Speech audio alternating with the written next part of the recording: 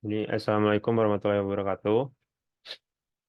Eh, eh, jadi kami dari kelompok ini akan menyampaikan tugas dari mata kuliah kecerdasan buatan di mana akan membuat codingan tentang fuzzy.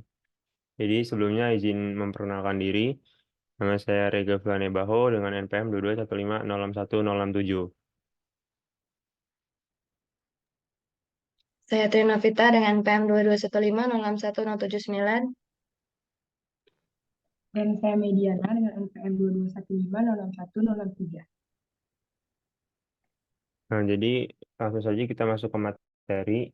Yang pertama-tama yang kita butuhkan dari tugas ini adalah yaitu text editor, di mana kami di sini menggunakan software VS Code yang sudah terinstall extension Jupyter dan Python. Dan di sini kita membutuhkan satu file tambahan berformat CSV yang di mana kami dapat dari Microsoft Excel yang ada di sini. Nanti ini di save as dengan format CSV lalu di input ke folder fuzzy, yang dimana satu folder dengan file yang ingin kita buat. Jadi langsung saja mungkin bisa dijelaskan dari codingan yang pertama kepada Novita, dipersilakan. Baiklah, di sini pada codingan pertama itu terdapat em, import library, di mana library yang dipakai itu adalah NumPy dan Pandas. Kemudian ini library ini akan memungkinkan membaca file data mhs.csv yang Excel tadi dan menyimpannya ke dalam variabel data mahasiswa dan didapat output sebagai berikut. Kemudian untuk kode kedua, itu terdapat data IPK yang mana itu mengubah data mahasiswa menjadi array. Kemudian akan memilih kolom 0 dan 1 dari data IPK tersebut dan akan menghitung total IPK untuk mahasiswa A dan B dengan menggunakan fungsi NP dan NP sum. Sama. Kemudian untuk kode ketiga itu terdapat data gaji, di mana ini mengubah data mahasiswa menjadi array gaji, di mana akan menghitung total gaji untuk mahasiswa A dan B juga dengan menggunakan fungsi yang sama. Dan didapat output sebagai berikut, di mana gaji A sama dengan 10 dan gaji B sama dengan 1.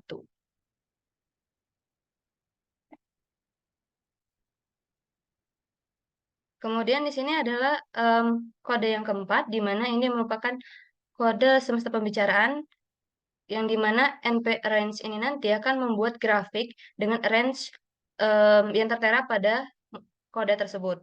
Kemudian untuk membership function juga menggunakan fungsi first term, kemudian untuk gaji juga first term juga dengan range yang sudah ditentukan oleh user. Kemudian untuk hasil outputnya itu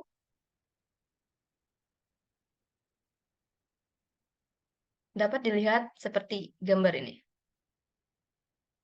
Terima kasih.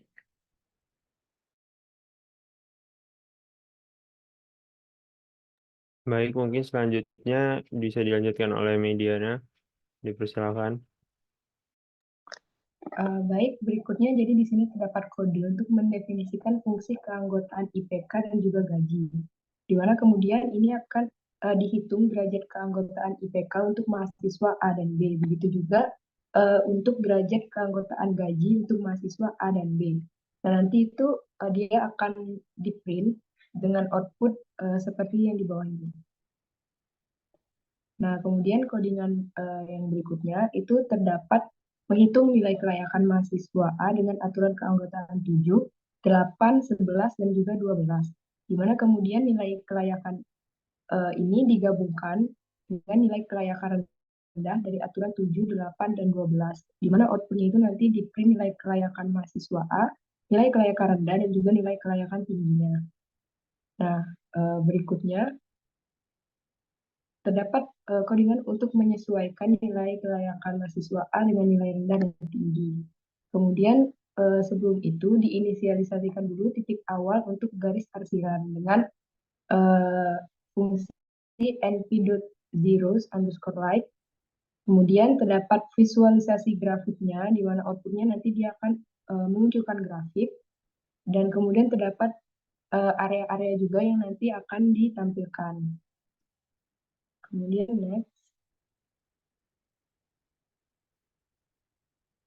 Nah, berikutnya itu terdapat juga codingan untuk nilai kelayakan mahasiswa B dengan nilai terendah dan tertingginya menggunakan library NumPy. Di sini diimpor library NumPy, kemudian menggunakan aturan 5 jika IPK cukup dan gaji kecil, kemudian aturan 6 jika IPK cukup dan gaji sedang, aturan 9 jika IPK bagus dan gaji kecil, dan aturan 10 jika IPK bagus dan gaji sedang.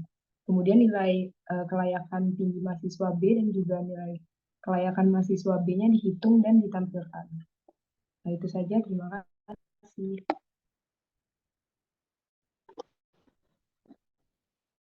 Baik, selanjutnya di sini ada codingan mengenai nilai kelayakan mahasiswa A dan B. Di sini kita yang pertama itu akan menyesuaikan nilai kelayakan rendah dari mahasiswa B. Yang kedua itu menilai kelayakan tinggi mahasiswa B. Terus yang selanjutnya, yang blok selanjutnya itu menentukan titik awal. Selanjutnya itu ada visualisasi grafik dengan 3 sumbu. Selanjutnya adalah isi dari awal awal rendah dan tinggi tadi. Selanjutnya itu akan menampilkan tampilan Python seperti ini. Jadi ntar outputnya akan muncul grafik nilai kelayakan rendah, tinggi, dan gabungan. Codingan selanjutnya adalah untuk nilai kelayakan mahasiswa A, di mana di sini kita menggunakan NumPy juga, NP, Fmax. Lalu dilanjut dengan fungsi print, di mana yang berguna untuk menampilkan dari nilai si kelayakan mahasiswa si A dengan output yang keluar adalah sebagai berikut. Codingan selanjutnya adalah membuat plot untuk visualisasi hasil diffusifikasi. Jadi di sini codingan di atas akan mengeluarkan output seperti berikut yang akan menampilkan grafik diagram mengenai diffusifikasi dengan metode centroid.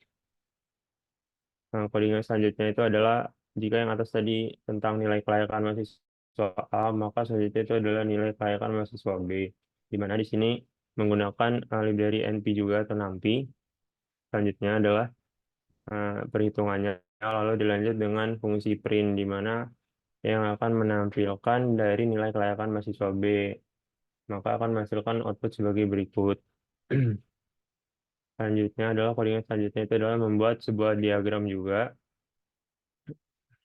seperti yang di mahasiswa A tadi. Cuma di sini kita melanjutkan untuk mahasiswa B. Jadi berikut adalah output dari diffusifikasi dengan metode centroid.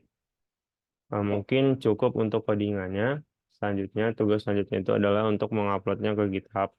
Di sini kami sudah mengupload codingan atau folder dari Fazi ini, yang dimana isi foldernya itu adalah data mahasiswa.csv, dan di sini adalah folder dari IPYNB-nya atau dari Jupyter-nya. Jadi kami sudah menguploadnya ke GitHub. Seperti ini tampilannya di GitHub. Sama persis dengan di VS Code.